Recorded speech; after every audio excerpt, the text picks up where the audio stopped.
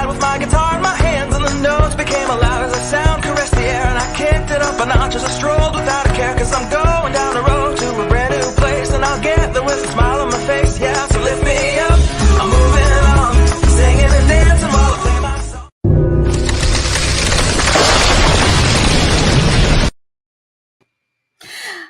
Welcome, welcome, your backup plan tribe, to another great show today. You're not going to believe it. This is so new to everywhere. And I'm so excited today to bring to you a wonderful guest from Wisconsin. You know, our title today, what is our title? Our title is, What is a Geriatric Consultant? You know, my name is Tina again. Let's start right at the beginning. If you are new to our show, welcome to our show. Welcome, your backup plan tribe. I am so off kilter today because I have a new room that I put myself in to do this show. So I feel like I'm like off kilter. I'm crooked or something. But it's all good. It's working out and the sounds all right today. So we're all good to go. You have reached Talking Taboo with Tina. And what is Talking Taboo? Well, it's talking about all those topics that we don't want to talk about with each other, even our closest family member. I'm not sure why. It's kind of scary and it's kind of upsetting, I guess, and can create all sorts of trauma within us. Sometimes anger and fighting. And so I talk about trying to get it out there with people. And I interview guests that tell us the real raw conversations and their trauma or their life-changing event that changed their life forever. Now, with our guest today from Wisconsin, she is going to give us some great tips and tricks about all of working with caregivers and people that need care and the life-changing events that occur within whatever age we might be. So if you are new here, welcome to our show. I'm going to get out my hand because you can click on that subscribe button right down there in the corner with my garden hand and click on that bell so that you are notified when our upcoming videos are going to be coming out. And it helps the algorithm of YouTube for our show to continue bringing you some great guests. So thank you for coming on our show. My name is Tina, as I said, and I'm an emergency preparedness coach, a best-selling author of In the Blink of an Eye, just like Jeannie. Everybody remember Jeannie? That's right. In the blink of an eye, your life can change in a split second, and you're never the same. And everybody thinks, we're not Superman. But we do. We honestly, especially men, think they are Superman. And has a famous quote that everyone has a plan till you get punched in the face. And it's so very true. We think we have a plan and we're not really sure, but we think we do. And then we get punched and we realize that we didn't really have that plan like we thought. So thank you for all of our American and our Canadian listeners. It's our third season already. I can't believe it. I'm so excited to bring you this show each and every. You guys are everything to me. So thank you. And our next special guest of listeners is Germany. And Ireland kind of keeps pushing them up the ranks a little bit. But thank you, Germany, for coming and staying as our third biggest group. I can't believe it. Meine deutsche Freunde sind in unserem Podcast willkommen. Wenn Sie Kommentare haben, können Sie gern Fragen stellen. Also danke fürs Hören, meine deutsche Freunde. So thank you so very much, my German listeners. And Ireland, if you can beat them, I will definitely work on my Irish accent for that. So party started. If you found us for a reason, because I'm hidden in all those YouTube videos. So let's get this party started. Your backup plan was created from an episode, I would say, of dealing and working with clients and finding out that their stuff, their paperwork, and their insurance documents were all a big mess. They used to throw their documents and have any idea what they had, what they didn't have, what they wanted even.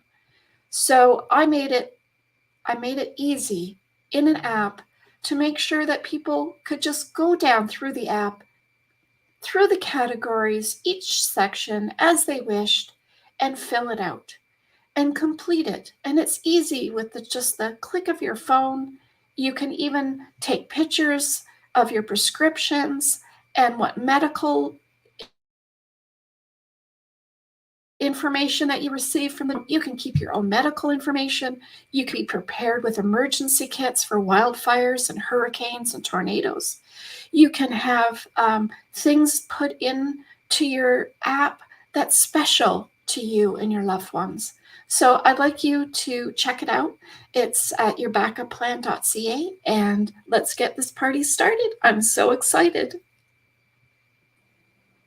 There she is. Welcome, Jodi Kay Benusa from Wisconsin. She is an independent geriatric consultant. That is a mouthful. And I'm so happy to bring you on today to tell us all about your tips and tricks and your guidance through what the heck do you do, Jodi? What do you do? Yeah, so that is right. What I am doing is actually kind of a very new service. And I think the way that I'm doing it in particular is so specific and so niched down that, gosh, you know what? If we are a right fit, it's just going to be fantastic for you. So I am an independent geriatric consultant. I think it's kind of cute. I'm going to start here. When people don't know what the word geriatric means, a lot of times they go, "Oh yeah, what is geriatric?" Yeah. I just think it's so cute. And so the easiest way that I explain it to people is, geriatrics is a medical specialty. It's a whole field within itself. And then I say, just like pediatrics works with the young and babies, geriatrics is for the older population, those who are advanced in age. So then they go, "Oh, we need you." Yeah. So I let me just start kind of like from I'm just going to jump right in, and I'm just why did you decide on that life-changing event? I did have that. So I was a hospital discharge planner at a level 2 trauma center for over 15 years. And I was kind of known as the queen of difficult discharges, meaning that, if your aging loved one was hospitalized and had severe dementia and just we really had a hard time finding a rehab place, that I loved those people.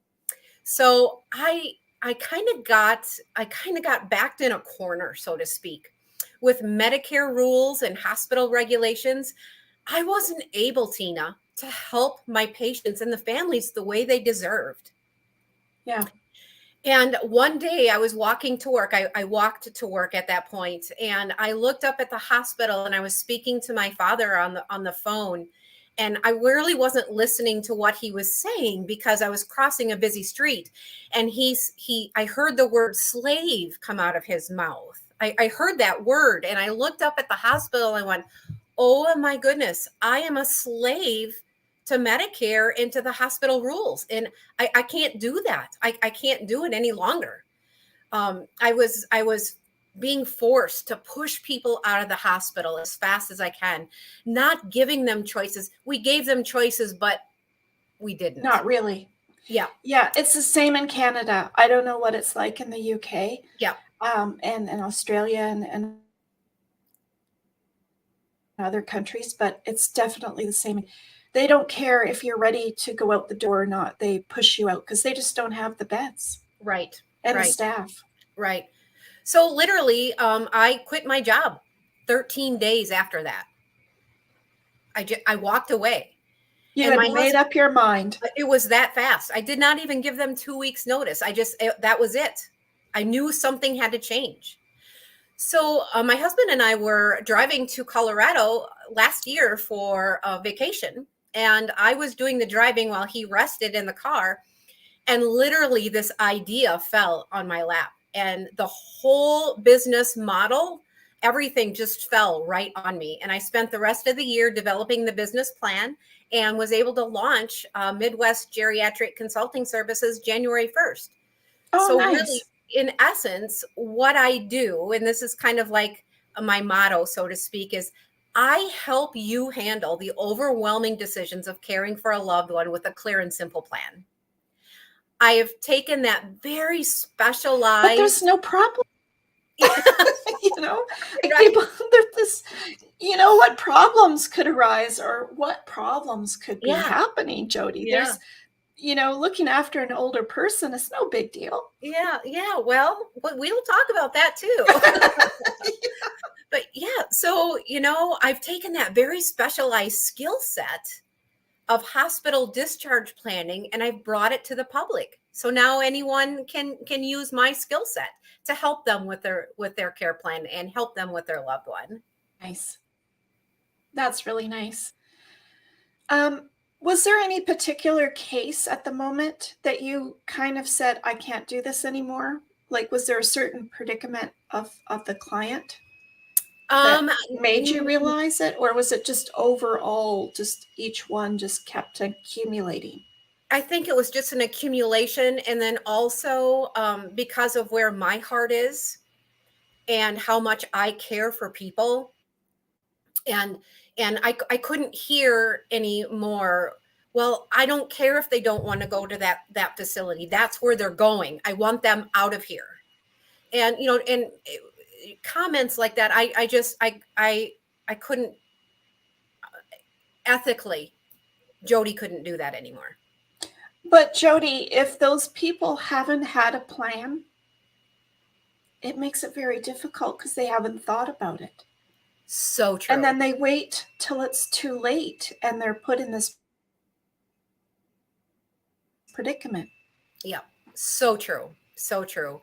So many people wait until a crisis happens and then they try to figure it out. And that's like impossible. I'm really Well, going to say. I always use the explanation of, people going away on a holiday and not booking a hotel and just waiting till they get there to find one and then find out that there's no rooms available. Mhm. Or the one room that is available, it's way out in Timbuktu somewhere. Yeah, That that's good. analogy, I guess. Yeah, love that. Yeah. Yeah, yeah. So that is an eye-opening because I don't think I could handle that either. I couldn't handle people not having choices. Yeah. Yeah. I really took a lot of pride, and I still do. I took a lot of pride. I worked on the ortho neuro unit.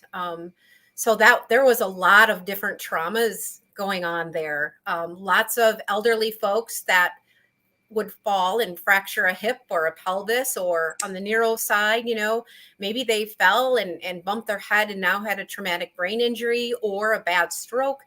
But, just helping those families just understand what was happening and slowing everything down so they could understand. I loved being in that hospital room with the family, the patient, and the doctor, and then me acting as the family advocate, me asking questions that I already knew the answers to, but really didn't think that the families knew. And that I just really enjoyed spending time in the rooms and doing that sort of advocacy for my patients. So, Yeah. What do you think is the first thing that people don't realize when they're put in this predicament? What is the first thing, like, after it kind of happens? Sure. If we're going What do to, you think is the so most people don't realize that discharge planning, like if you're hospitalized suddenly for some kind of a trauma or some kind of an accident, discharge planning starts the moment you come through the emergency room doors. And that can be devastating. So that very moment when you enter through the emergency room doors, discharge planning is on everyone's mind. How are we going to get you moved through the system? So Yeah, that's behind the scenes mhm. Yeah, that we don't know. right. Yep. And on the state side, a lot of that has to do with Medicare and the rules and the regulations that Medicare governs over us. So, you know, Right. it's not because we're all cold and we're all mean and we don't want people to recover. It's we have regulations. There are regulations that need to be followed. Right. And the same is here. And the problem is, where are you going to put them? Because there's not always beds available. Mm-hmm. And I also tell people that if you're a couple and one of you needs and the other one needs different care, you're not always going to be put in the same place unless you're going private. So we have two systems in Canada, private and public. Oh, okay. And with private, you can find somewhere that suits you because you're paying. Mm-hmm. You're paying anywhere from $5,000 to $8,000 a month. If you are in public care, a part of your income, portion 70% of your income, public care. So you still pay, but not as much because it's 70%. So everybody walking down the hallway is paying something different because they all have different income. But you have no choices. You have no choices of where you're going to go. It's wherever there's a bed available. Mm-hmm. So for husband and wives, you could be split up. So your dad could be in one place and your mom could be in another. Mm. There's no choices really because it's all about a bed availability. So is it the same there? Basically, Pretty much. We on the state side, we are. I'm talking as a hospital person right now, even though I'm not in there anymore. But yes, we are required under Medicare to offer choices. And so typically what the discharge planner will do is copy or print off the Medicare.gov list of rehab centers, give it to you and say, give me your top 3. In the meantime, she's making other referrals too, because she knows those aren't going to work. oh, I see. Yeah. So she's going to find. So do families do they argue a lot with each other about this whole process? Sometimes I always found, and even today in my business, as I'm doing it today, getting all family members on the same page can be challenging. If you don't understand the process, if you don't understand what is actually happening, or if no one actually helps you learn what steps are next, that's going to cause quite a bit of tension. And so I really did find that being unlearned with the whole process really did cause more problems than anything. Yes. So what is your main goal when you get a phone? Is there 3 things that you specifically help them with, or like you help them get placed somewhere, you help them?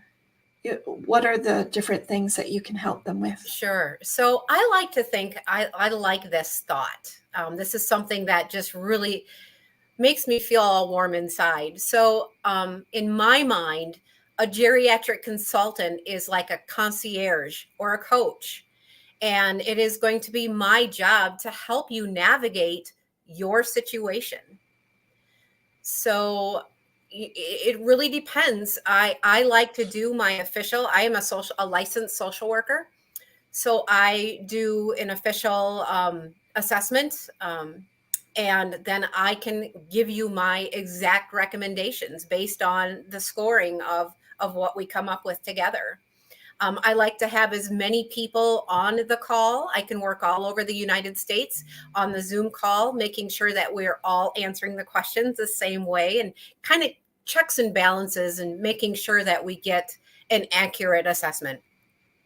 And then from there, we decide on what's going to be the best for your aging loved one. Is it going to be safe to keep them in the home with a little bit of home health? Is it going to be a smarter choice to look into assisted living or even memory care? Or are we needing hospice or even long-term care placement? So together we work on that outcome. And then depending on how you want me to move forward, either I will do the entire process for you, or if you are more of a hands-on person, I can do my assessment, give you my recommendations, and then I can give you a blueprint, a checklist of exactly how to do the work through the system, making sure that you follow the checklist exactly how it's presented. Right. People don't realize how in depth it actually is. What percentage of people that you came across were actually prepared? What would you say your percentage would be? 0.5. That's really low. Yeah, that's the first number that came to my mind when you said that. Yeah. And dealing with my parents now, who are 88, yeah, I have a whole other view. And it's not so much that I haven't tried to talk. This is my job. Like, this is what I do on a daily basis. But it's so hard. It's so difficult to have these conversations because when I ask a question like, Mom, what would you like done with your ashes? Because you said you wanted to be cremated, but have you given it any thought? But they don't want to think about it. And they don't want to even tell you. So I've been, if I could just keep asking, like just every now and then, just lightly, I get a little bit more and more out of the story. But I feel bad because my other sisters haven't heard it. So then I think, well, will they believe me when the time comes? Sure. When you have to make these decisions? Or are they just going to make up their own choices? So there's this family dilemma, kind of. So it's like moving. We bring in a mover and then they look after it for the day and do their moving. But if you don't have a plan, it just makes the day and the week and the month and everything just a pure mess. So I love what you do. And I love how you can help people because this is difficult, people. This is something that isn't easy because you have the frustration of their physicalness, like their physical capabilities and their mental capabilities at that point in time. And then you have family involved in this mess, sisters, brothers, and I don't know, there aren't very many people that can all get along either. So, you have all of this added on. So, do you help with all of that then? Because somebody has to take charge and yes, make it all work, right? Yep. How I do that is if someone is wondering if I can help them help their family, we get on a free 30-minute clarity call. And I want everyone that can possibly be involved in that call on the line, because I'm the one that can ask the difficult questions. I can I can ask, can anyone else collaborate? And can anyone else validate what's being said here? So I can quickly shut down family dynamics in a very loving and caring way. And, keep facts the facts, and keep the shoulds and shouldn't out of it, because shoulds and shouldn'ts, we all know, can make you feel guilty and place blame. You should have, you shouldn't have. It's not a positive thing. Or I could have. Yeah. So I just have a way of making people come together and putting aside their differences and talking through the issues. It's almost like a mediator kind of too. Yes. Yeah. And believe it or not, sometimes the hardest cases that I have now in my private business is the aging loved one, the actual client wants to stay home and it's not safe. So then it's being able to talk to that person in a way that they can understand, and to help them make the decision that yes, it's time. That's worth $1 million right there. Because I'll tell you, that's a hard one. People want to stay home. That's a hard thing to get them to not. Yeah. There's so much safety around all of that now. I hear often, you know what? I took care of you while you were a baby and growing up. Now you are obligated to take care of me in my final stages of life. Oh dear. And I hear that often. And so we unpack that together. And we really kind of look at the differences between raising that newborn baby and caring for someone full-time 24/7, maybe that has dementia, and we just look at the differences, and it really does help. One client I had, the couple were determined to stay home. End of story. That's it. And the family had already paid for my services. So we all get on a call and I start my assessment, and I just say, let's just move through this. Let me ask you all of these questions and let's get through this. By the end of it, they said, we're ready to move.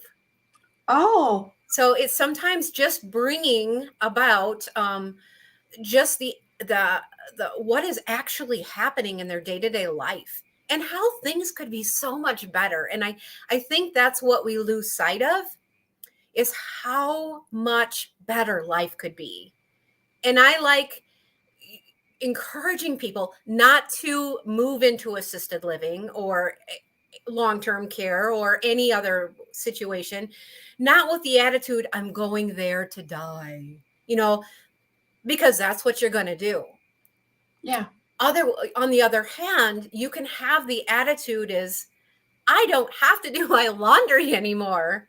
Who would like to do that anyway? And now I have the opportunity to live my best life because everything is going to be available to me. So it's just really working on that mindset and shifting that thinking a little bit. That helps open that door. Absolutely. I've seen so many people that are so grouchy and don't want to go and will not go to a home, and they don't care, basically. And then I met a lady who went into a home. Her children put her in there. They live far away. And she thought she died, and she thought she was a queen. Like she had dementia. She literally thought she turned into a queen. And she had her laundry done for her. She had someone give her pills. She had someone help her with her bath or her shower. She had someone, she had things to go to. She had a place to sit. She didn't have to make her dinner. Like she literally was a queen. And I thought, what a great way of looking at it. Yeah, that is. That is, you know, something else that, and I won't belabor this point, I won't carry it on too long, but I think it's really worth our thinking about. And that is, you know, a lot of caregivers begin their journey out of a sense of obligation. And if you don't get a hold of that thought, it can really suddenly turn into something that's not very pleasant. Because Yeah. a lot of times when we begin our caregiving journey out of obligation, that means it's probably not going to go away. We're probably going to be a caregiver until we decide to make a change. So really understanding that obligation can kind of run amok, so to speak, if you don't keep control of the thought and the feeling. I always say that obligation can turn into overwhelm. Overwhelm, if not handled properly, will turn into stress. Stress as a caregiver can turn into compassion fatigue and caregiver burnout. And that's not a good place to be. No. So it's really about managing your mind as a caregiver and really knowing when and how to have difficult conversations with the one that you're caring for.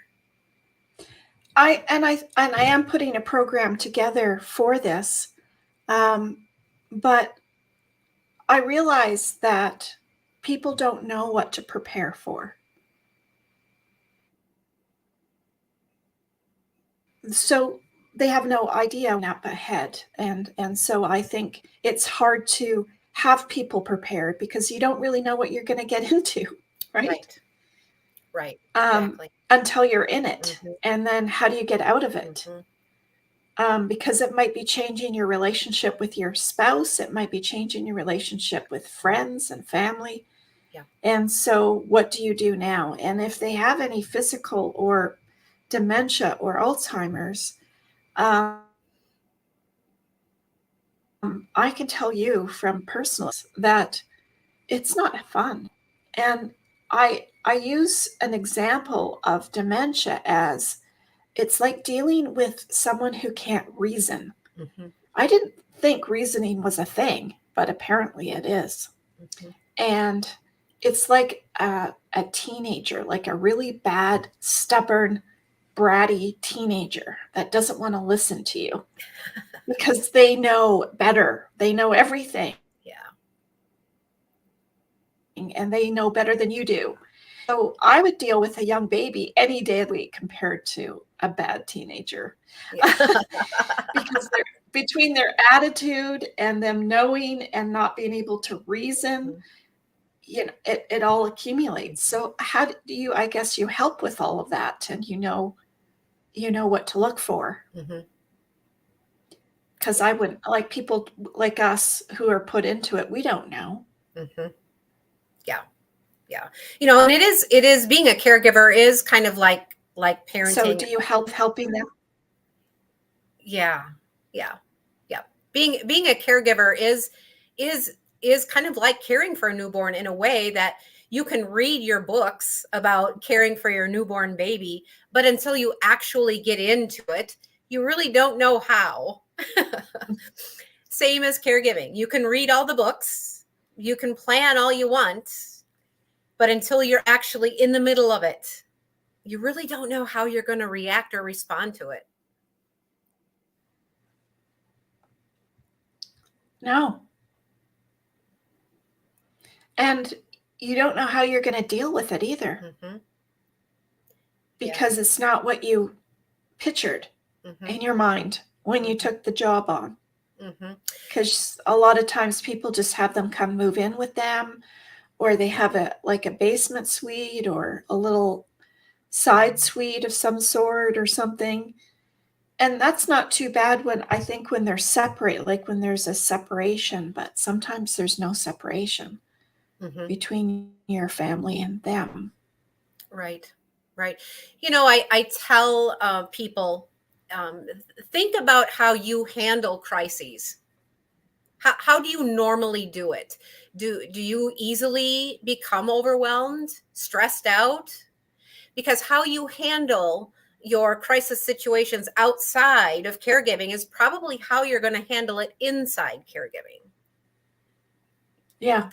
Because how you deal with stress, how you deal with overwhelm is a habit, and it's how you do it. You will bring those habits into your caregiving journey.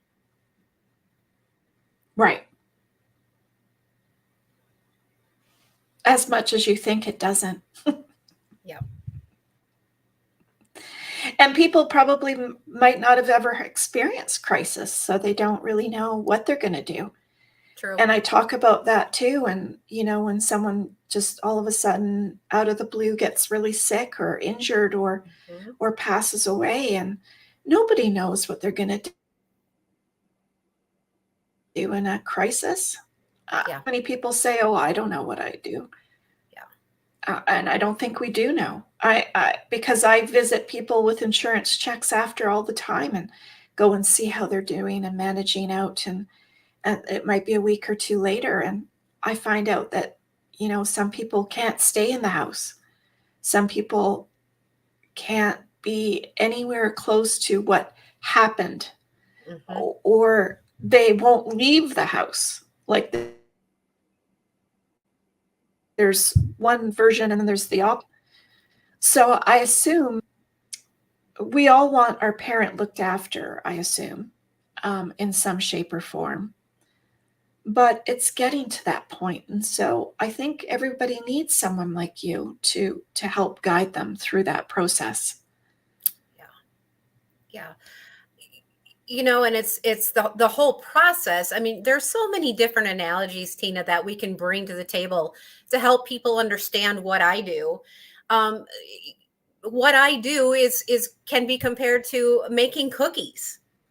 You know what? You have to have all the ingredients added exactly just right, mixed in the right manner, scooped out in the right shape, baked to perfection before and wait till they cool off before you eat them. I mean, you have to follow that process. And that's what I do is I help families follow this very specific process of how to get your aging loved one to where they need to be. Yes. Do you know when we talked about at the beginning of the show that your battery, you plugged it in? I need to do that.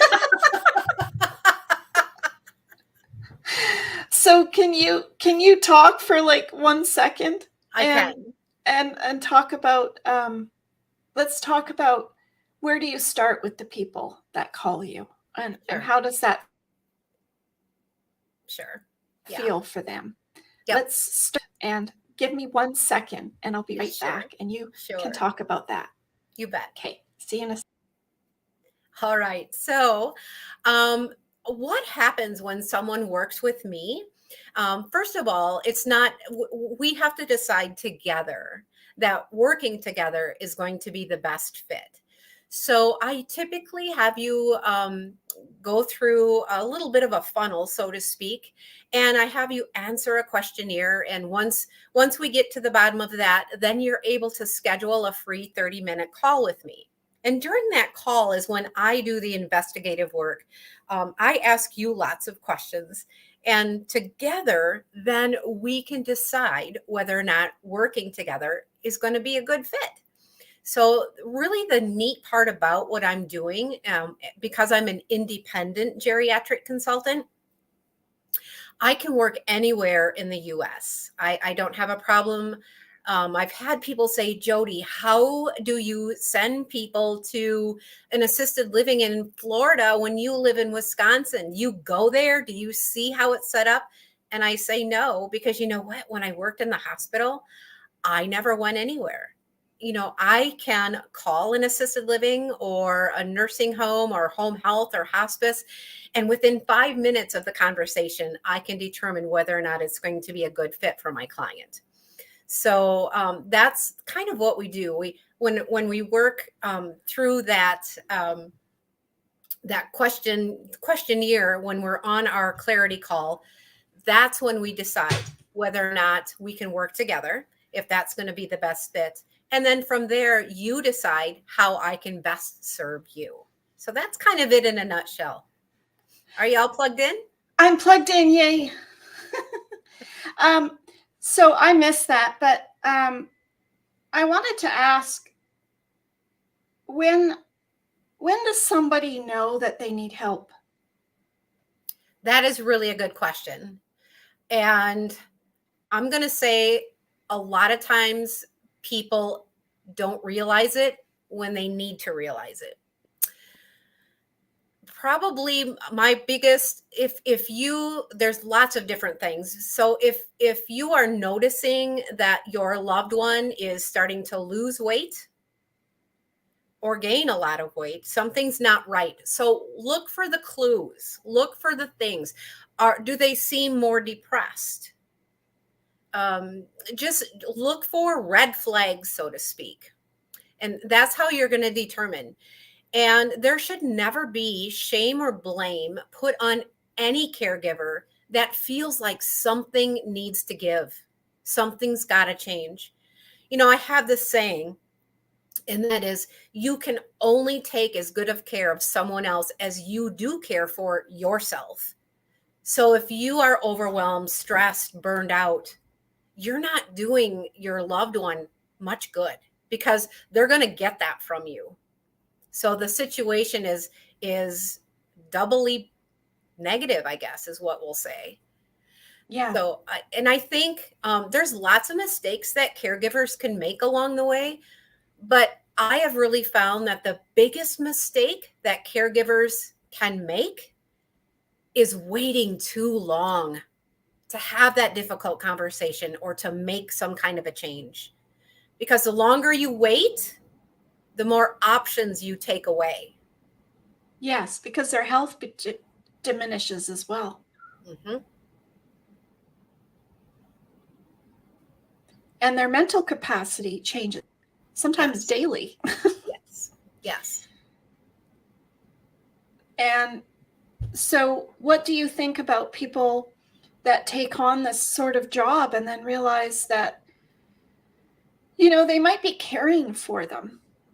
They might be making sure that they're eating, and they might make sure that they're bathing, but who is looking after all of these documents that they also need to have these family conversations regarding? Because they're difficult and difficult to make, like, to create the answers and their wishes. I know how hard it is, because they don't, once they get to a certain stage in their condition, I have found that it becomes more and more difficult because their reasoning has changed, and they do not want to think about them dying. They are not going to die. Yeah. So true. That's just their head. So I just find that stage so difficult. Like, if you can catch them before they get to that point, it's so important and makes your life so much easier. It If does. you can talk to them at a level that they're somewhat normal at, there's a normalcy, and they can make decisions and they don't mind making them. Mm-hmm. But when you get to a point where that changes, first off, they have a difficult time reasoning out anything to make it.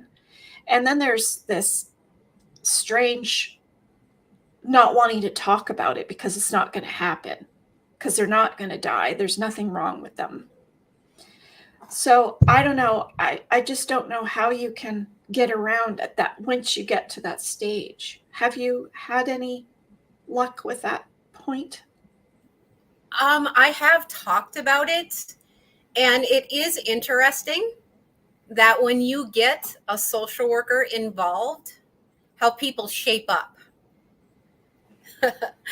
And they're more willing to talk about those difficult things. And you know what? I'm able to really talk about difficult places. I'm able to talk about death in a way that I guess I'll say with some authority. And for some reason, when a social worker steps in, everyone calms down, everyone listens, and then we can make some steps forward. So that can happen with a lot of other, middle. Yeah. It's like a stranger coming in that's non-emotional and like a mediator that can kind of help guide everybody in the right answers. Yeah. And it's also important to really listen to that elderly person and try. Yes, their reasoning has probably diminished, but talk about some of their fears. Allow them to communicate, allow them to share what's on their heart. When you break that barrier down and when you listen to what their heart is telling them, that just builds trust, which means they're going to listen to you.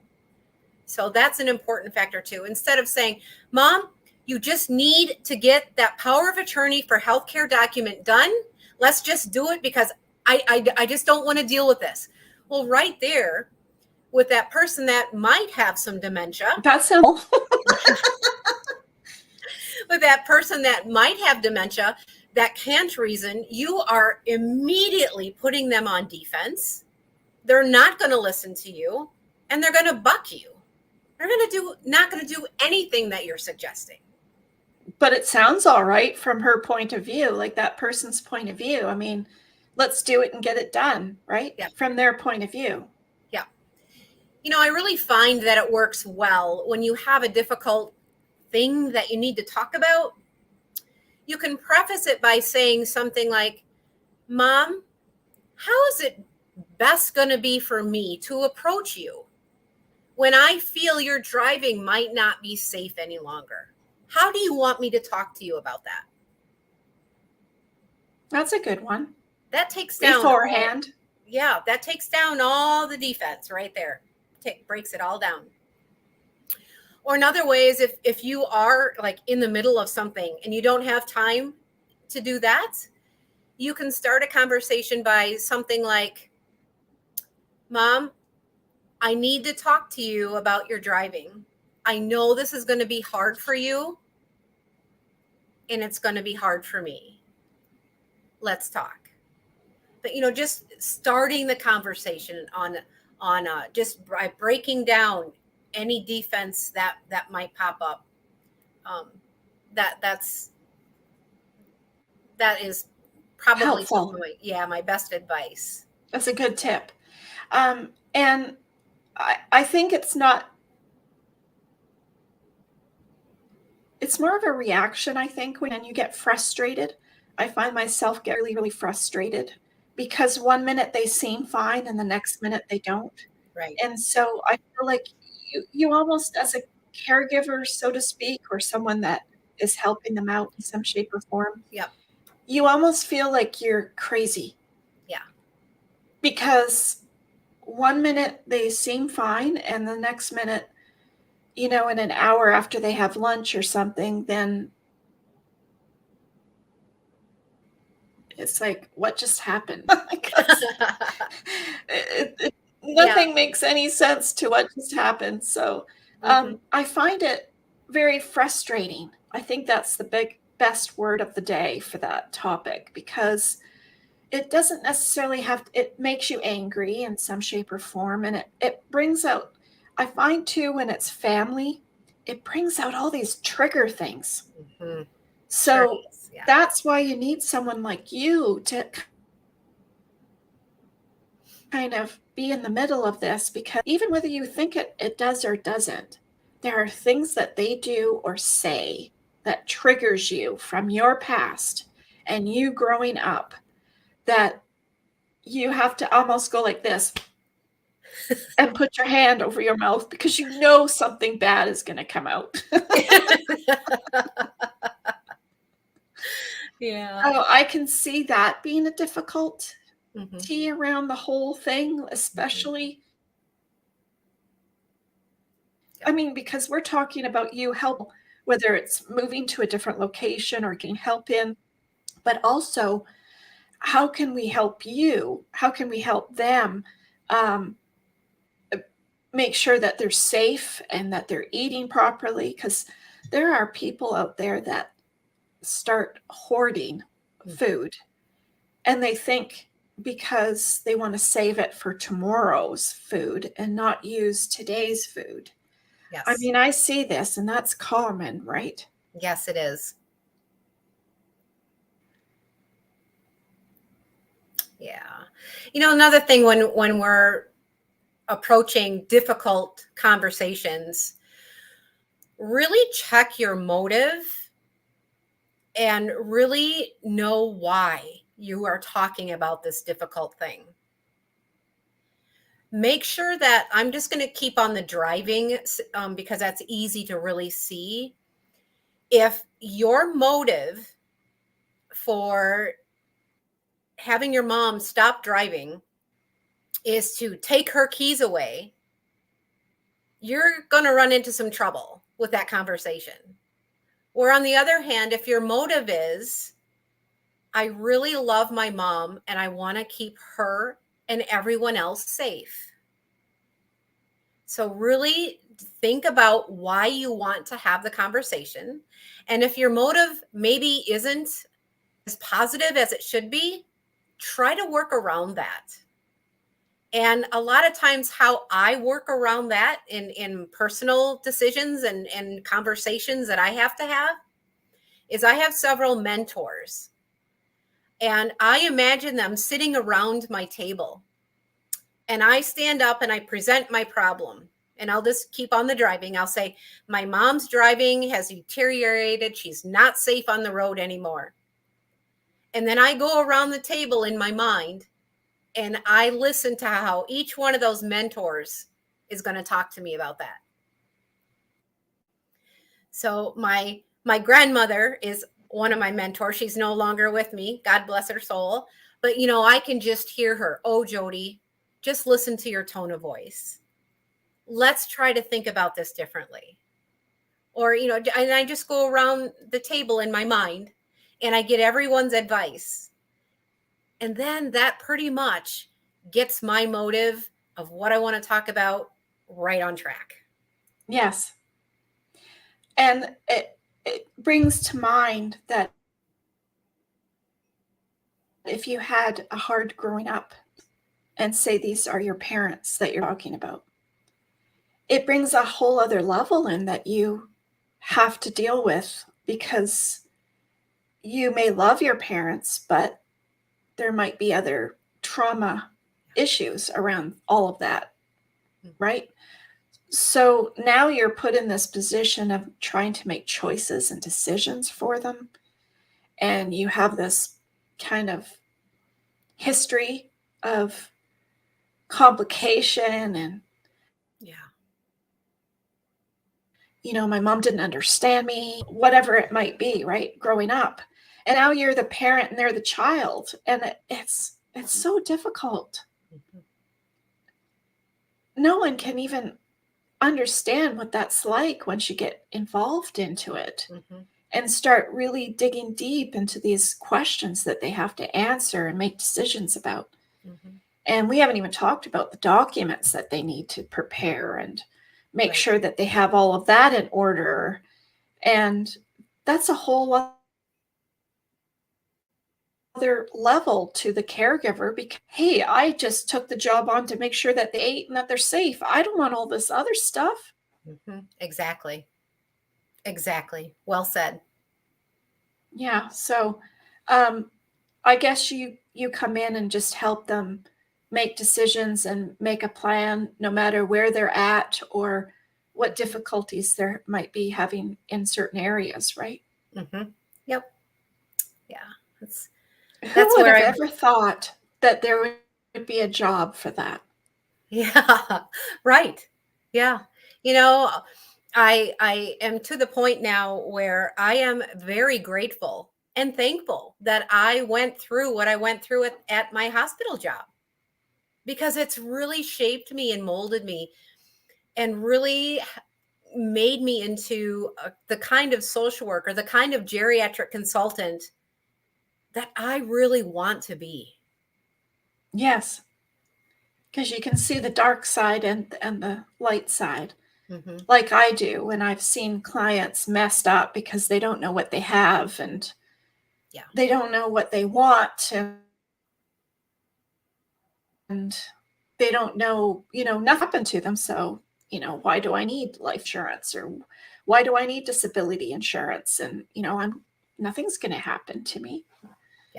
That type of thing. Or why do I have to get my stuff in order? Because I'm fine.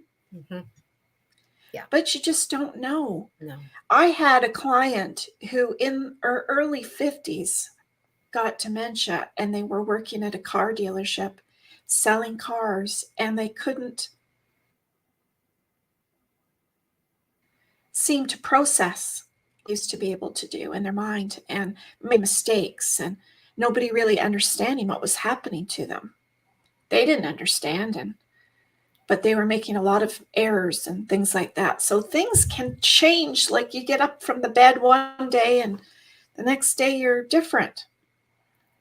But nobody believes me when I tell them that. Nope, that is so true. It is so right. And I always, I've raised my three sons in knowing that, what, we're not guaranteed tomorrow. So do not put off tomorrow what you can do today. That's for sure. I know it's cliche, but that's true. It is true. And I always say, if you get the app and you do one little section of it, that's more than what you did before. Absolutely.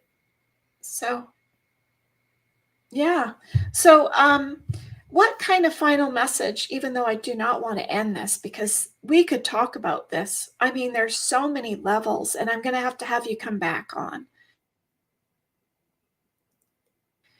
Because there really, truly is levels to caregiving and dealing with parents, and which I think the majority are.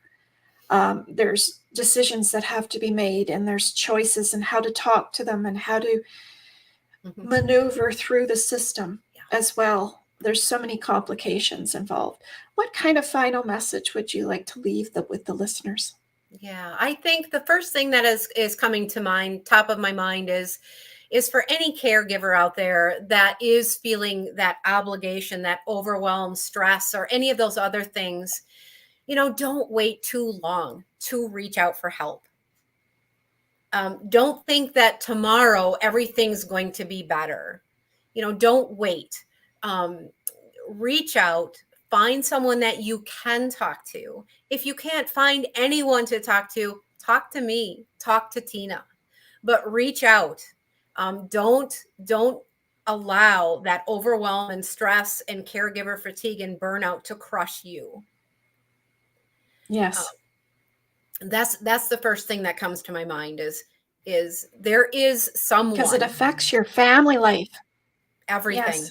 It affects your work, it affects your career, it affects your job, it affects your relationships, it affects everything. Yes. So reach out. Yeah, thank you. That's excellent. Thank you so much. And I think that's much appreciated. I'm definitely going to have you come back on in a few months, because we could really delve deeper into this topic. Yes. And so thank you for coming on our show. Thank you so very, very much. My pleasure. Thank you so much for having me. And I'm excited about coming back. Oh, you're very welcome. I don't want to end it because, this is such a great show. And I know so many people are dealing with this on a daily level. And so please take a moment and like and subscribe to our channel. Get my hand out again. Down here in the subscribe button. Don't forget to push that subscribe button for you guys. Oh, and I even have a new button that I made. So like, share, and subscribe. Stay tuned for our podcast and our live streams. I have great conversations with some of the most and accomplished people in the world, just like Jodi, who can all help us out with guiding us through this process of caregiving. I think you'd be inspired and motivated. And if you aren't thinking about your unique plan, it's time that you do, because I help guide you through that process. And actually, it's much like a DIY process. It's your own plan and it's whatever you want it to be. And it's just giving you the knowledge and empowering you to be able to do it. So if you are thinking about that special someone right now watching and you haven't spoken to them in a while, please reach out to them. Call them. We still have phones.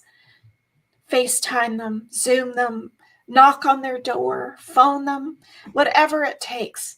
But please do. And tell them how much you love and care about them, because you don't know what tomorrow might bring. Thank you again to all of our listeners. I appreciate each and every one of you.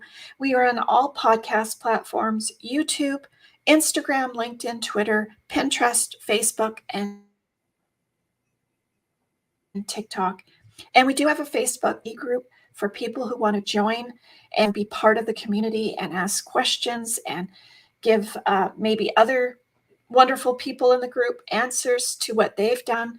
It's a great group, and lots to share in that kind of environment. I always end with Carol Burnett, and I know Jodi knows who Carol Burnett is. I'm so glad we had this time together just to have a laugh or sing a song. Seems we just get started, and before you know it, time we have to say so long. So long, everybody. I love each and every one of you. Thank you, Jodi, for coming on our show and giving us some guidance and tips to this dilemma that we get thrown at us sometimes. That's basically how I think we all feel, whether you are in a small family or a big family. Yeah. So thank you for coming on our show today. Thank you. Be kind, stay safe, expect the unexpected, because you just never know. Stay next week's podcast coming to you. Thank you, everybody. Bye for now.